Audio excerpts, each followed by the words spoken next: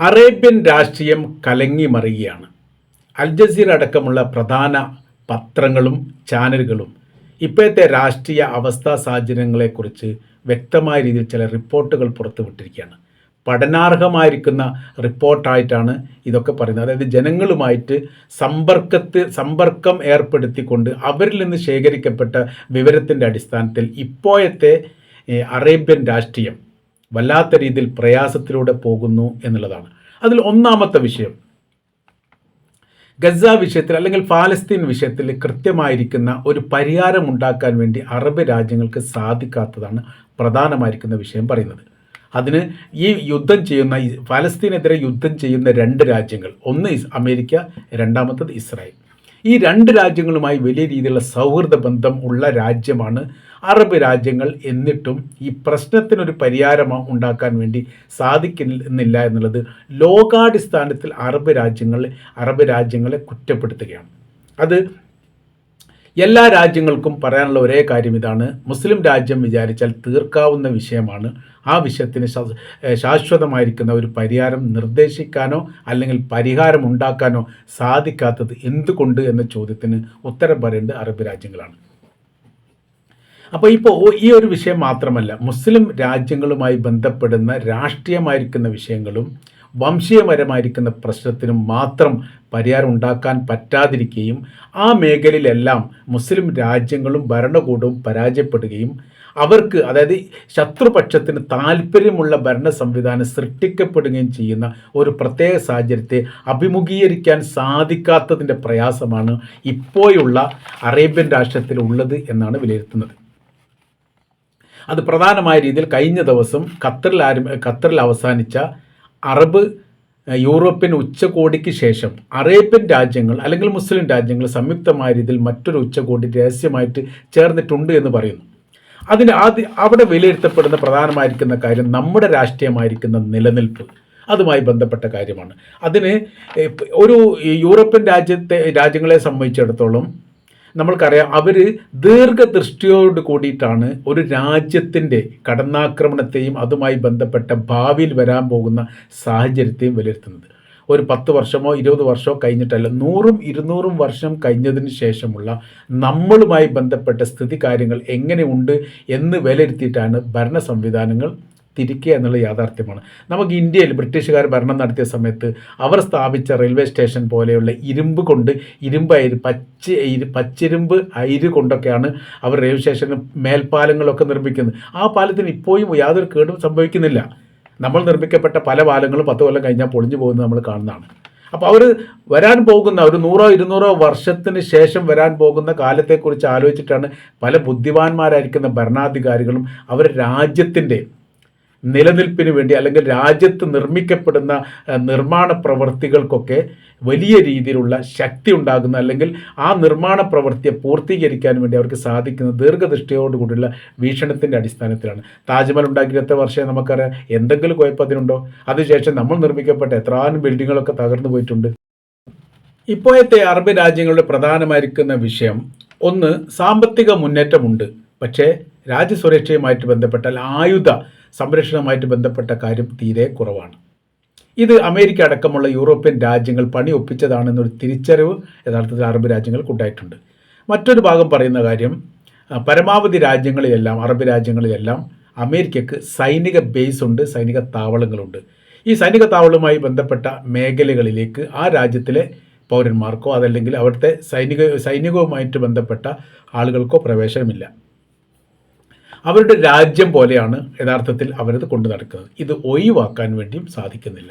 മുൻപത്തെ കരാർ വ്യവസ്ഥ പ്രകാരം അമേരിക്കയുമായിട്ട് കൂടുന്ന സാമ്പത്തിക വ്യവസ്ഥ, ആ വ്യവസ്ഥയിലെല്ലാം അറബ് രാജ്യങ്ങൾക്ക് പൂർണ്ണമായിരിക്കുന്ന സംരക്ഷണവും സുരക്ഷിതത്വം അമേരിക്ക ഉറപ്പുവരുത്തുമായിരുന്നു.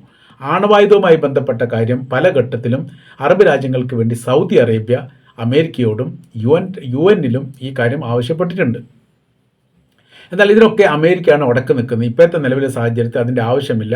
നിങ്ങളുടെ സംരക്ഷണവുമായിട്ട് ബന്ധപ്പെട്ട കാര്യത്തിന് പൂർണ്ണമായിരിക്കും സഹായം ചെയ്യാൻ ഞങ്ങൾ എല്ലാ സമയത്തും 24 മണിക്കൂറും തയ്യാറാണ് എന്ന് പറഞ്ഞു. ഏറെക്കുറെ അവരത് വിശ്വസിച്ചു. പക്ഷേ ഇവിടുത്തെ വിഷയം വരുന്നത് ഖത്തറിനെ ഇസ്രായേൽ ആക്രമിച്ചതോടുകൂടി അമേരിക്കയിലുള്ള വിശ്വാസം നഷ്ടപ്പെട്ടു. പക്ഷേ പ്രതിരോധിക്കാൻ വേണ്ടിയിട്ടുള്ള സൈനിക ബലമോ ശക്തിയോ ഇല്ല. മാത്രവുമല്ല, അമേരിക്കയുടെ ശത്രുവായിരിക്കുന്ന റഷ്യയുമായിട്ടോ ചൈനയുമായിട്ടോ നല്ലൊരു സൗഹൃദ ബന്ധം ഉണ്ടാക്കാൻ വേണ്ടിയിട്ട് അറബ് രാജ്യങ്ങൾക്ക് സാധിച്ചിട്ടുമില്ല. ആകെ ഒരു പ്രതീക്ഷയുള്ളതും ആകെ ഒരു ആശ്വാസമുള്ളതും ഇറാനുണ്ട് എന്നത് മാത്രമാണ്. എന്നാൽ ഇറാനുമായിട്ട് അകന്നു നിൽക്കാനുള്ള സാധ്യതകൾ അല്ലെങ്കിൽ ആ വിഷയം അത്തരം ഒരു കാര്യം ഉണ്ടാക്കാൻ വേണ്ടി വലിയ ശ്രമങ്ങൾ ഇസ്രായേൽ ആരംഭിച്ചിട്ടുണ്ട്, അമേരിക്ക ആരംഭിച്ചിട്ടുണ്ട്. അത് വിജയിച്ചിട്ടില്ല എന്നുള്ള മറ്റൊരു വശം. അപ്പോൾ ഇപ്പോഴത്തെ സ്ഥിതി കാര്യങ്ങൾ പറയുന്ന സമയത്ത് അറബ് രാജ്യങ്ങളെ ആക്രമിക്കുന്ന സ്ഥിതിവിശേഷം ഭാവിയിൽ ഇനിയും ഇസ്രായേൽ നടത്തിയാൽ എന്ത് ചെയ്യും എന്ന ചോദ്യത്തിന് കൃത്യമായിരിക്കുന്ന ഒരു ഉത്തരം ഉണ്ടാകാൻ വേണ്ടി സാധിച്ചിട്ടില്ല. രണ്ട് വിഷയങ്ങൾ അതിലുണ്ട്. ഒന്ന്, അറേബ്യൻ സേനയെ രൂപീകരിക്കുക എന്നുള്ളതാണ്. അതിന് വലിയ ശ്രമങ്ങൾ നടത്തിയിട്ടുണ്ട്, മുൻപ് തന്നെ നടത്തിയിട്ടുണ്ട്. പക്ഷേ ലക്ഷ്യത്തിലെത്താൻ വേണ്ടി ഇപ്പോഴും സാധിച്ചിട്ടില്ല. തുർക്കി അടക്കമുള്ള രാജ്യങ്ങൾ ഇതിൽ ഇടപെടുകയും സൈന്യത്തെ അയക്കാൻ വേണ്ടി സാധിക്കുകയും ചെയ്തിട്ടുണ്ട്. അവിടെ പ്രശ്നം വരുന്നത് നേതൃത്വപരമായിരിക്കുന്ന പങ്ക് വഹിക്കേണ്ടത് ആരാണ് എന്നുള്ളതാണ്. അറേബ്യൻ കറൻസിയുമായിട്ട് ബന്ധപ്പെട്ട വിഷയം ഒരു 10-20 വർഷം മുമ്പേ ആരംഭിച്ചതും ചർച്ച ചെയ്തതും ഏറെക്കുറെ ധാരണയായതുമാണ്. പിന്നീട് അവിടെ വിഷയം വരുന്നത് സൗദി അറേബ്യ അതിൻ്റെ തലസ്ഥാനം, അതിൻ്റെ ഏറ്റവും പ്രധാനമായിരിക്കുന്ന കേന്ദ്രമായിട്ട് റിയാദിനെ ആക്കണം എന്നുള്ള അഭിപ്രായം മുന്നോട്ട് വെച്ചു. ഏറെക്കുറെ UAE-യും ഖത്തറും അടക്കുന്ന രാജ്യം അന്ന് അതിന് സപ്പോർട്ട് ചെയ്തു. പക്ഷേ ഒമാൻ പറഞ്ഞത് അവരുടെ രാജ്യത്ത് വേണം എന്നുള്ളതാണ്. അതോടുകൂടി ആ വിഷയം സങ്കീർണമായിരിക്കുന്ന വിഷയമായി താൽക്കാലികപരമായ രീതിയിൽ അറേബ്യൻ കറൻസി എന്ന് പറയുന്ന സംവിധാനം ഇല്ലാതെയായി. പിന്നീടാണ് ഈ സൈനികപരമായിരിക്കുന്ന കാര്യത്തെക്കുറിച്ച് ആലോചിച്ചത്. അപ്പോഴെല്ലാം അമേരിക്ക അതിൽ ഇടപെട്ടു. ഇപ്പോൾ രണ്ടാം ഘട്ടത്തിൽ സജീവമായിരിക്കുന്ന ഈ ചർച്ച വരുന്നത് ഖത്തറിനെ ആക്രമിച്ചതോടുകൂടിയാണ്. തങ്ങളുടെ സുരക്ഷിതത്വം വലിയ അപാകതയിലാണ്, വലിയ ഭയത്തിലാണ് എന്ന രീതിയിലേക്ക് കാര്യങ്ങൾ എത്തി എന്നുള്ളതാണ് ഇതിൻ്റെ യാഥാർത്ഥ്യം. ഇപ്പോഴത്തെ സാഹചര്യം എന്ന് പറയുന്നത് മുൻകൂട്ടി ആസൂത്രണം ചെയ്തിട്ടോ അല്ലെങ്കിൽ ഭാവിയെക്കുറിച്ച് വലിയ ധാരണയോട് കൂടിയിട്ട് ആസൂത്രണ സംവിധാനത്തോടു കൂടി ഭരണം നടത്താനോ സാധിച്ചിട്ടില്ല എന്നുള്ളതാണ്. ഇപ്പോഴത്തുള്ള നിരാശാ കാര്യം എന്ന് പറയുന്നത് അതിലൊന്ന്, ഏറ്റവും പ്രധാനമായിരിക്കുന്ന കാര്യങ്ങളൊന്ന് ഇറാഖുമായിട്ടുള്ള യുദ്ധമാണ്. ആ ഇറാഖിൻ്റെ യുദ്ധവുമായിട്ട് ബന്ധപ്പെട്ട് അറബ് രാജ്യങ്ങൾ അല്ലെങ്കിൽ മുസ്ലിം രാജ്യങ്ങൾ സംയുക്തമായ രീതിയിൽ അമേരിക്കയോടൊപ്പം ചേർന്നുകൊണ്ട് ഇറാഖിനെതിരെ നിലപാടെടുത്തത് തെറ്റായിരുന്നു എന്നുള്ളൊരു സമീപനവും അഭിപ്രായങ്ങളും ഇപ്പോൾ ഉയർന്നു വരികയാണ്. കാര്യം എന്ന് പറയുന്നത് മേഖലയിൽ ഏറ്റവും വലിയ സൈനിക ശക്തിയുള്ള രാജ്യമായിരുന്നു ഇറാഖ്. ഇറാനെ പോലെയല്ല. ഇറാൻ എന്ന് പറഞ്ഞാൽ പേർഷ്യൻ രാജ്യമാണ്, അറബ് രാജ്യമല്ല. അവിടുത്തെ സംസ്കാരവും അവരുടെ രീതികളും ജീവിതമായിരിക്കുന്ന ചിട്ടകളെല്ലാം പേർഷ്യൻ സംസ്കാരവുമായിട്ട് ബന്ധപ്പെട്ടതാണ്. ഇങ്ങോട്ട് വരുന്ന സമയത്ത്, ഇറാഖിലേക്ക് വരുന്ന സമയത്ത് ഇറാഖ് അറബ് രാജ്യമാണ്, അറേബ്യൻ സംസ്കാരമാണ്, മാനവ സംസ്കാരം ഉണ്ടായിരിക്കുന്ന മെസോപ്പൊട്ടോമിയയുടെ തലസ്ഥാനമാണ് ഈ പറയപ്പെടുന്ന ഇറാഖിലെ ബാഗ്ദാദ് എന്ന് പറയുന്നത്. അങ്ങനെ ഒരുപാട് സവിശേഷതകളുണ്ട്. ആ രാജ്യത്തെ ഏറെക്കുറെ ചേർത്ത് നിർത്തുന്ന കാര്യത്തിൽ പരാജയപ്പെട്ടു പോയി. കാര്യം ഇറാഖിനെ ആക്രമിക്കാനുള്ള എല്ലാ അവസരവും സാഹചര്യങ്ങളും അറേബ്യൻ രാജ്യങ്ങൾ ഉണ്ടാക്കി വെച്ചു. അതിൽ ഈ കാര്യത്തെക്കുറിച്ച് സംസാരിക്കൽ പ്രധാനമായി ചർച്ച ചെയ്യപ്പെട്ടത് അന്നും വൈരികളായിരുന്നു ഇറാനും ഇറാഖും. എന്നാലും ഇറാഖിനെ ആക്രമിക്കാൻ വേണ്ടി തങ്ങളുടെ ഭൂപ്രദേശം വിട്ടു നൽകില്ലെന്ന് ഉറക്കെ പറഞ്ഞിട്ടുണ്ട് ഇറാൻ എന്ന് പറയുന്ന രാജ്യം. സംഭവം ഞങ്ങൾ ശത്രു രാജ്യമാണ്, 8 കൊല്ലം യുദ്ധം ചെയ്തിട്ടുണ്ട്, 10 ലക്ഷത്തോളം ആളുകൾ മരിച്ചിട്ടുണ്ട്. യുദ്ധത്തിന് ആരംഭം കുറിക്കപ്പെട്ടത് ഇറാഖാണ്, ഞങ്ങളല്ല. ഞങ്ങളുടെ രാജ്യത്തെ അവരിങ്ങോട്ട് ആക്രമിച്ചായിരുന്നു. എന്നാലും ഞങ്ങളുടെ ശത്രു ആണെങ്കിൽ പോലും അമേരിക്കയ്ക്ക് വേണ്ടി ഞങ്ങൾ ഭൂപ്രദേശം വിട്ടു നൽകില്ലെന്ന് ചങ്കൂറ്റത്തോടു കൂടി ഇറാൻ പറഞ്ഞിട്ടുണ്ട്. അതുപോലും അന്നത്തെ ഒരു സാഹചര്യത്തിൽ ആലോചിച്ച് പറയാൻ വേണ്ടിയിട്ട് അറബ് രാജ്യങ്ങൾക്ക് സാധിച്ചിട്ടില്ല എന്നുള്ളതാണ് പറഞ്ഞു വെക്കുന്നതിൻ്റെ കാര്യം. ഇപ്പോഴത്തെ അവസ്ഥ എന്ന് പറയാൻ സാമ്പത്തിക മുന്നേറ്റം ഉണ്ടായിട്ടുണ്ട്. വലിയ രീതിയിലുള്ള, അതായത് ലോകത്തെ പോലും വിലക്ക് വാങ്ങാൻ മാത്രം സാമ്പത്തിക ഭദ്രതയും ശക്തിയുമുള്ള രാജ്യമായി അറേബ്യൻ രാജ്യങ്ങൾ മാറിയിട്ടുണ്ട്. സുരക്ഷിതത്വമില്ല എന്നുള്ളതാണ്.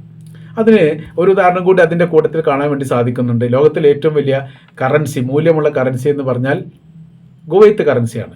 കുവൈത്ത് കറൻസിക്ക് ഇപ്പോൾ ഒരു ദിനാർ കുവൈത്തിൻ്റെ പണത്തിൻ്റെ ഇന്ത്യയുടെ മൂല്യം കണക്കാക്കുന്ന സമയത്ത് 240-300 രൂപയുടെ അടുത്ത് വരുന്നുണ്ട്. 240-260 അങ്ങനെ തോന്നുന്നുണ്ട്. ആ റേഞ്ചിൽ വരും. ലോകത്തിലെ ഏറ്റവും വലിയ മൂല്യമുള്ള കറൻസി കുവൈറ്റിൻ്റെ. ഇനി ഈ ഡോളർ നമ്മൾ നോക്കുന്ന സമയത്ത് $1 ഇന്ത്യയുടെ പൈസ നോക്കുന്ന സമയത്ത് 84 രൂപ 85 രൂപ ആ റേഞ്ചിലാണ്. അതിൻ്റെ ഇരട്ടിയാണ് കുവൈറ്റിൻ്റെത്. എന്നിട്ടും എന്ത് ചെയ്യുന്നു? കറൻസിയിൽ വിനിമയം നടത്തുന്ന സമയത്ത് ഈ മൂല്യമുള്ള കുവൈറ്റിൻ്റെ കറൻസി ഉപയോഗിക്കുന്നില്ല. അത്ര മൂല്യം, അതിൻ്റെ പകുതി പോലും മൂല്യമില്ലാത്ത ഡോളറിൻ്റെ കറൻസിയാണ് ഉപയോഗിക്കുന്നത്. എന്താ അതിൻ്റെ കാര്യം എന്ന് പറഞ്ഞാൽ, ആ കറൻസിയെ സംരക്ഷിക്കാൻ വേണ്ടിയിട്ട് ഈ ഡോളറിനെ സംബന്ധിച്ചിടത്തോളം അമേരിക്കക്ക് സാധിക്കും.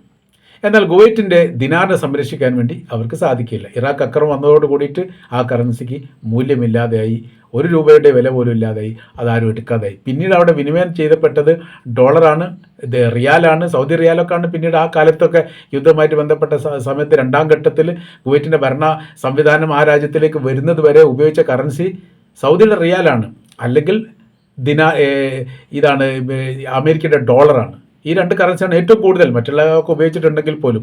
അപ്പോൾ വളരെ പെട്ടെന്ന് ഒരു രാജ്യം കണ്ട് ആക്രമിച്ച് മുന്നേറിയ സമയത്ത് തന്നെ ഭരണം വീഴാൻ മാത്രം മൂല്യമേ ഉള്ളൂ ആ കറൻസിക്ക്, അല്ലെങ്കിൽ ആ കറൻസിയെ സംരക്ഷിക്കാൻ വേണ്ടിയിട്ടുള്ള ഭരണകൂടം അവിടെ ഇപ്പോഴും ഇല്ല എന്ന് വിശ്വസിക്കുന്ന രീതിയിലേക്ക് കാര്യങ്ങൾ എത്തിയിരിക്കുന്നു. ഓരോ കറൻസിയെക്കുറിച്ചൊക്കെ ആ ചർച്ചയിൽ വന്നിട്ടുണ്ടെന്നാണ് മനസ്സിലാക്കാൻ വേണ്ടി പറ്റുന്നത്. അപ്പോൾ നമ്മൾ പറഞ്ഞു വരുന്ന വിഷയം ഇങ്ങനെയാണ്. അറേബ്യൻ രാഷ്ട്രീയം വല്ലാത്ത രീതിയിൽ കലങ്ങി മറിയുകയാണ്. സംരക്ഷണവുമായിട്ട് ബന്ധപ്പെട്ട് വല്ലാത്ത രീതിയിൽ ഭയപ്പാടുണ്ട്. ഇത് എവിടേക്ക് എത്തിക്കും എന്ന് പറയാൻ വേണ്ടി സാധിക്കാത്ത വിധം വിഷണ്ണമായിരിക്കുന്ന ഒരു പ്രത്യേക സാഹചര്യത്തിലാണ് അറബ് ലോകം നടന്നു നീങ്ങുന്നത് എന്നാണ് ഈ വിഷയവുമായിട്ട് ബന്ധപ്പെട്ട് നമുക്ക് മനസ്സിലാക്കാൻ വേണ്ടിയിട്ട് സാധിക്കുന്നത്.